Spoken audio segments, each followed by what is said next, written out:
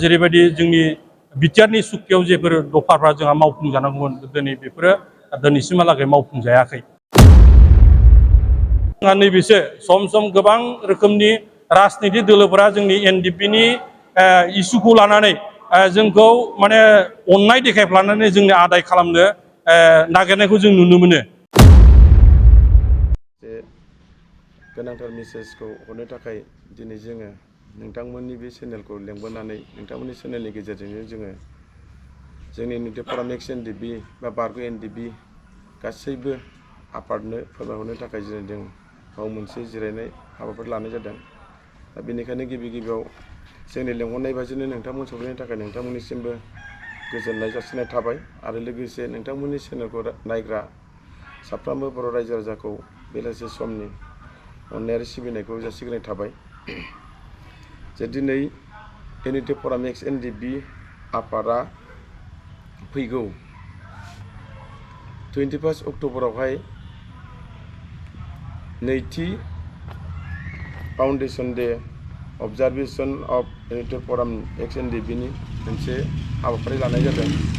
दा बे हाबाफारिखौ लानायावहाय जोङो जोंनि NDFBनि जेसेबांनाखि सेन्ट्रेलनि दैदेनगिरि आरो जिल्लानि दैदेनगिरि आरो साब डिभिजननि दैदेनगिरि आरो बिटिआरनि बाहेरायाव थानाय अल आसामाव जेसेबांनाखि धेमाजिनिफ्राय आरम्भ खालामनानै आप टु संकससिम गुवाहाटी कमप्रमिट सिटिनिफ्राय लानानै जेसेबांनाखि NDFB एक्स NDFB जिल्लानि दाजानो होजानाय दङ दिनै बिथांमोनखौ नैबे दिनैनि चेनेलनि गेजेरजों फोरमायहरनो नागिरदों जे नैबे जोंनि NDFB एक्स NDFBनि फाउन्डेसन सानावहाय गाजा गोमजायै नुजाफैनो थाखाय जों दिनैहाय खावलायनाय जादों। दा बे जों NDFB एक्स NDFBनि जिहेथु मोनसे प्रग्राम जानो गोनां बे जायगायानो जाहैबाय जोंनि क'क्राझार जिल्लानि सिङाव थानाय थिथागुरि इरागदाव कमिउनिटि हलावनो दिनै बे हाबाफारिखौ जोङो लानाय जादों। दा 21 अक्ट'बर खालि फुंनि 8टानिफ्राय जोंहा मोनसे फ्लेग हस्टिं दङ आरो लोगोसे जोंहा मार्टियार्सफोरनो बिबारजों मान बावगोन आरो बिनि उनावहाय जोंहा 10टासोनिफ्रायनो जोङो आलासि गुबुन जिल्लानिफ्राय फैनाय आलासिफोरखौहाय जोङो जाहोगोरनाय ओंखाम बोथिसे जों जाहोगोन। बेनिफ्राय जोङो अपेन सेसन हिसाबै जोङो 12 बाजिनिफ्राय जोङो लानाय जादों। बेनिखायनो बे अपेन सेसन जायैनि सिगांनो जाहाथे जोंनि NDFB एक्स NDFBनि मोनफ्रोमबो जिल्लानि सिङाव थानाय जिल्लानि आफादगिरि नेहाथारिफ्रा फुं समावनो नुजाफैनो थाखाय जों NDFB एक्स NDFBनि जानानै बा NDFB एक्स NDFBनि बे फाउन्डेसनखौ बारहोहरनो थाखाय जोंखौ मोनसे आरसि कमिटि दाना होनाय हिसाबै आरसि कमिटिनिफ्राय जों दिनैहाय खावलायहरनाय जादों। दा बे जोनोम सानावहाय जोङो जोंनि 2 बोसोर जे जाना थांनाय बे 2 बोसोर जाना थांनायनि गेजेराव NDFB एक्स NDFBआ आसाम सरकारजों आरो भारत सरकारजों आरो लकेल रिजनेल गभर्नमेन्ट बिटिआर सरकारजों जोङो माबायदि सावरायबोनानै जों माबायदि रिजाल्ट मोनखो माबायदि जोङो मावबोनो हाखो बेफोरनि गासैबो थैथ'फोरखौहाय बे जोनोम सानावनो बे NDFB एक्स NDFBनि नैथि फाउन्डेसन सानावनो जोङो गासैबो खोथाखौ जोङो बेरखांहोजोबगोन। बेनिखायनो दिनै जों गेजेर ससियेल मिडियायाव होनाय जादों। ससियेल मिडियायाव जों बुंबाय थानाय जादों आसाम सरकारजों सावरायनाय भारत सरकारजों सावरायनाय बेफोरनि गासैबो मेटारफोरखौ जोङो बे मिथिंखालिनो जोङो बुफ्रुना होगोन। आरो बेजों लोगोसे NDFB एक्स NDFBआ बे नैथि फाउन्डेसन सानावहाय जोंजों हांख्रायजानाय माखासे गोनां मोजां जोङो बर'निनो माखासे दैदेनगिरि आलासिफोरखौ जों लाबोदों। बे लाबोनायनि गेजेरजोंनो जोङो बिथांमोनहा जोंनोबो गोबां मोजां मेसेज होलांगोन आरो मावनो थाखाय NDFB एक्स NDFBनो मोजां सुबुंथाय होलांगोन आलासि बिथांमोननिसिम जोङो दिनै बेखौ मिजिंथिदों। आरो आलासि बिथांमोननिफ्रायबो जोंनि माखासे NDFB एक्स NDFB बा NDFBखौ मोजां मोनग्रा सुबुंफोर आरो भिक्टिमाइज फेमिलिफोर दिनै बिथांमोनाबो बाहागो लानानै जोंजों लेंहरजानाय आलासि सारमोननिफ्राय मोजां माखासे मेसेजखौ मोनलांगोन, मोजां खौरां मोनलांगोन। बेखिनिखौ जोङो खोनासंहोनो थाखाय बे फाउन्डेसन सानावनो जोङो दिनैहाय गिदिरैनो प्रग्रामखौ दैदेननायनि गेजेरजों जोङो मोनसे गेवलां मेल लानायनि गेजेरजों बेखिनि मेसेजखौ जोङो हरनो सानदों आरो बे मेसेजखौ मोनलांगोन।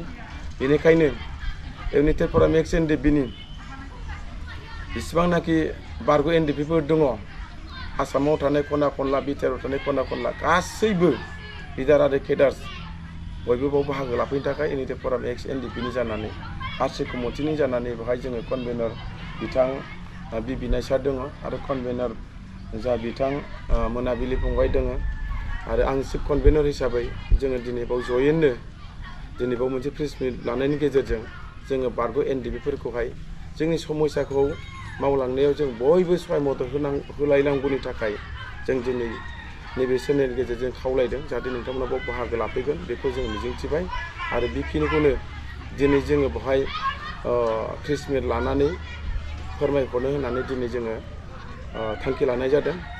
दा बेनिखायनो जाहाथे जोंनि नैबे फाउन्डेसन सानावहाय बा इउनाइटेड फराम एक्स एनडिएफबिनि नैथि फाउन्डेसननि खुंनो लानायावहाय जोंनि इउनाइटेड फरामनि जाहाथे थांखि बिथांखिखौ जाहाथे गुबुन मोनसे आदारवाइज जाहाथे जेबो भुल बुजिया, दा जाहाथे बयबो बेवहाय फैनानै खोनासंफैयोब्ला मोनथिलाङोब्ला इउनाइटेड फराम एक्स एनडिएफबिआ मा मावनो लादों आरो माबायदि मावदों आरो दिनै माबायदि आवगायखो बेफोरखौ दिनै जाय गोनो गोथो बाव बाहागो लाफैबा बिथांमोना ओइदिनखालि स्पष्ट जालांगोन, ओइदिनखालि क्लियार जालांगोन।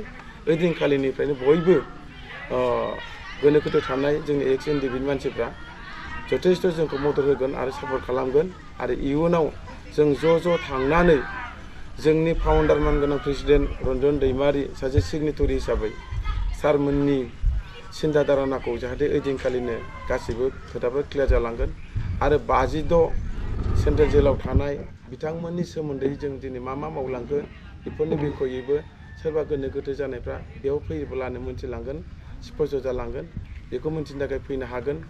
आरो दिनै जों सम सम आसाम सरकारनि मानगोनां दानि बिजेपि सरकारनि मानगोनां डक्टर हेमन्त बिश्व शर्मा सारा जोंनो मासाव जों खेबनै गाहाम सावरायनायनि गेजेरजों जों माबायदि आपडेट लाबोनो हादों आरो जोंनो मा मा एसुरेन्स होदों बेफोरबायदि बाथ्राखौ कमप्लिटलि ओइदिनखालिनि बे नैथि फाउन्डेसन सानावनो जोङो गेवलां मेलावनो जों बेफोरखौ गासिबो शेयार खालामनो हागोन।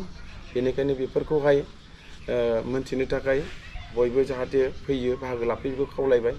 सोरबाया सम सम मबाइलजों सोंहरो, सोरबाया सम सम बिदिनो SMS लिरना हरो जे माबायदि आवगायदों, माबायदि मदद खालामदों सरकारा, बेफोरखौ गासिबो मबाइलजों रायज्लायजोबनो हाया, बेफोरखौ गासिबो मा होनो मेसेजनि गेजेरजों लिरजोबनो हाया। ओंखायनो ओइदिनखालि जोङो नैबे नैथि इउनाइटेड फराम एक्स एनडिएफबिनि फाउन्डेसन समावनो जोङो गासैबो स्पष्ट खालामना होगोन। जों बेखिनिखौ स्पष्ट खालामहरबाय आरो बे मेसेजखौ जों दैथायहरनाय जाबाय। थांनाय अक्ट'बरनि 15 थारिखआव नोंगौ चिरां जिल्लायावहाय माखासे एक्स एनडिएफबि वेलफेयार एस'सिएशन दाना लादों। नाथाय नोंगौ नों सोंनाय बादिनो जोंहा मोनसे इउनाइटेड फराम एक्स एनडिएफबिआ दिनै जेबायदि खामानि मावनो आवगायदों आरो जेबायदि खामानि मावबाय थादों, बे बेलायाव दिनै नों सोंनाय बादिनो दिनै जेथे मोनसे आफाद दाबाय, बे एक्स एनडिएफबि वेलफेयार एस'सिएशननि दानायनि सायाव जों इउनाइटेड फराम एक्स एनडिएफबिआ जोंहा जेबो बुंनांगौ जेबो बाथ्रा गैया आरो बिनि सायाव जोंहा जेबो एन्सार होनांगौ होननानै जोङो साननानै बुंनांगौ बाथ्रा जोंहा जेबो गैया। दा बिथांमोना मानि थाखाय दादों, बिथांमोना मा मावलांगोन बे बिथांमोननिसो पार्टिनिसो खोथा आरो एस'सिएशनसो बाथ्रा जासिगोन। बेनिखायनो बिनि सायाव जोंहा जेबो बुंनांगौ जेबो बाथ्रा गैया। Thank you.